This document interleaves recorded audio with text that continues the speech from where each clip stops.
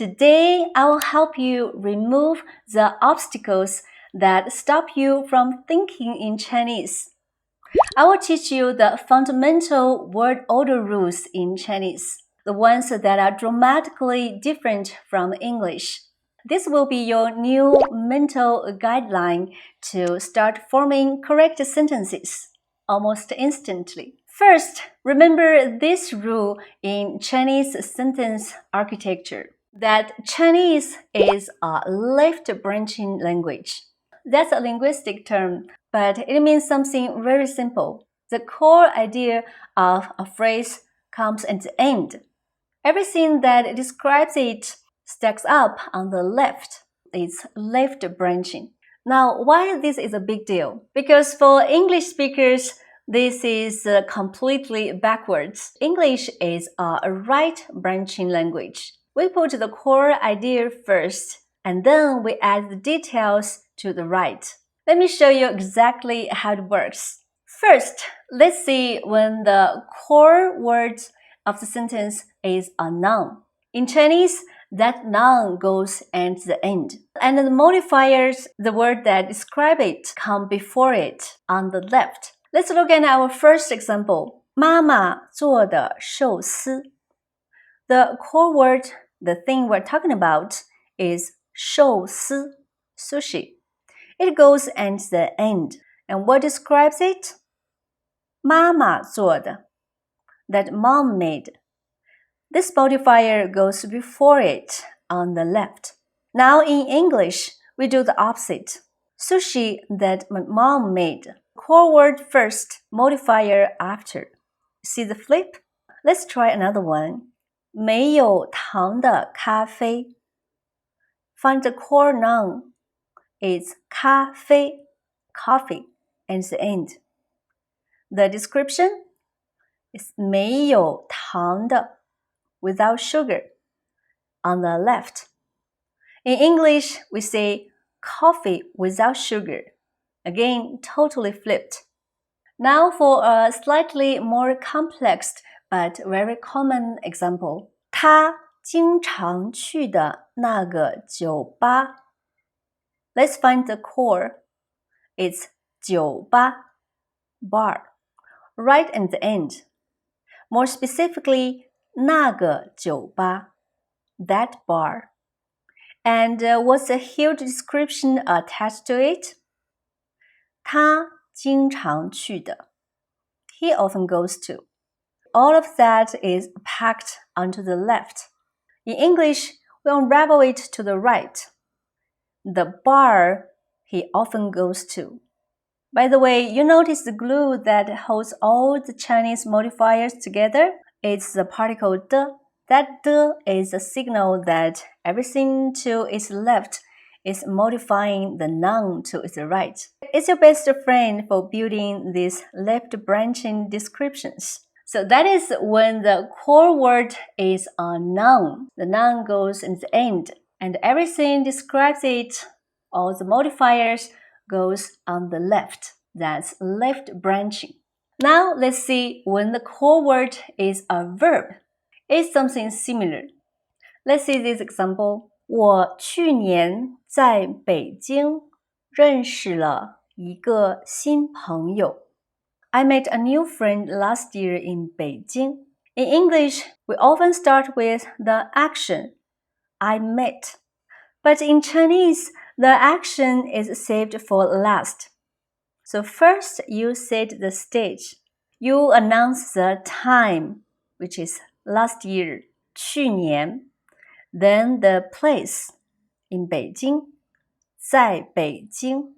And then you deliver the action, the verb plus the object. Meet a new friend. 认识了一个新朋友. You see, we set the stage on the left first.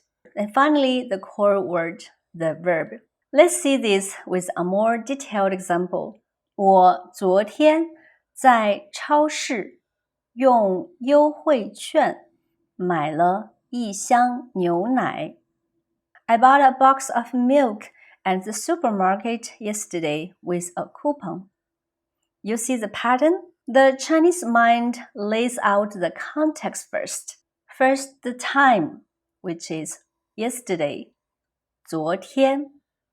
Then the place, 在超市 and supermarket. And the manner, 用优惠券 with a coupon. And finally, the core word, the verb, the action is 买了一箱牛奶, bought a box of milk. The C is totally different from English. English is the action first and then other element, but Chinese, the opposite. And this is the golden rule for Chinese verbs. Time, then place, then the manner, and later the action. One more time, the time, then place, then the manner, then the verb. So remember, for nouns, it's left branching. All the modifiers go to the left. And for verbs, it's something similar. And you can think it like stage setting. You build the context. You tell the time, the place, then the manner, and then you deliver the punchline, the action itself. This is how you stop translating and start thinking in natural Chinese flow. Now you must be thinking, the big picture framework makes sense. But what about all those specific, tricky grammar rules that I keep running to? If that is your concern, I have great news. This is exactly why we created this comprehensive course, Full Understanding Chinese. The course is designed to take you from this big picture directly into confident, detailed practice.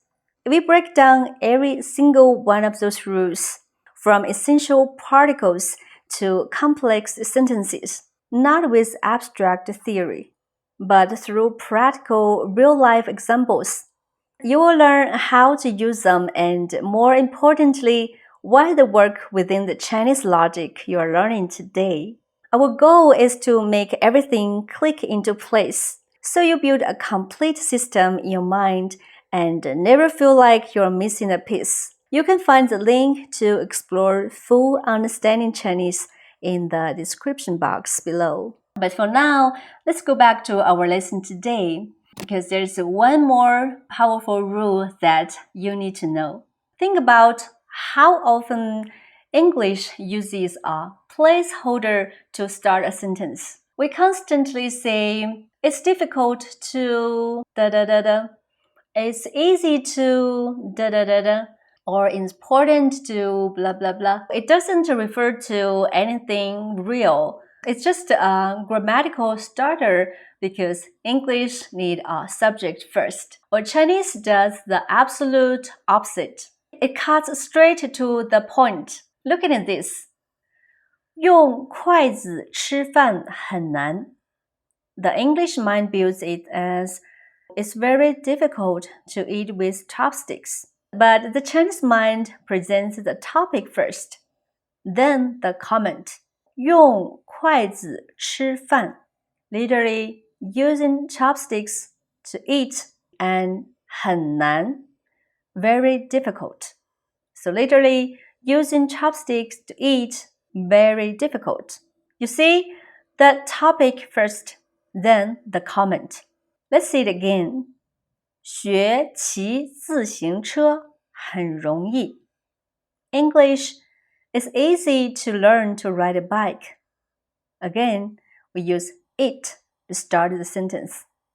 But Chinese, we bring the topic first. 学骑自行车. Learn to ride a bike. Then 很容易. Very easy. Literally, learn to ride a bike. Very easy. This is the essence of Chinese logic. It's topic, comment, structure.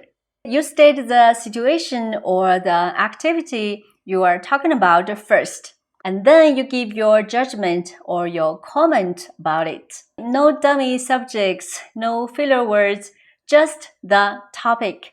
followed by the point, the comment. So to review our 3 pillars for thinking in Chinese. For nouns, think about left branching. All the modifiers stack on the left. For verbs, similar, but think stage setting, time, place, manner, then the action. And for judgments, think topic, comment. State the topic first, then your opinion. Okay, and that recap brings us to the end of today's lesson. I hope you find these 3 rules useful, the key to shifting your mindset from English to Chinese. It's been a pleasure sharing this with all of you, and thank you so much for being such a great audience. If you enjoyed this, make sure to subscribe and like the video. That helped me to create more useful video lessons. So that's it. I will see you next week. 我们下周再见，再见。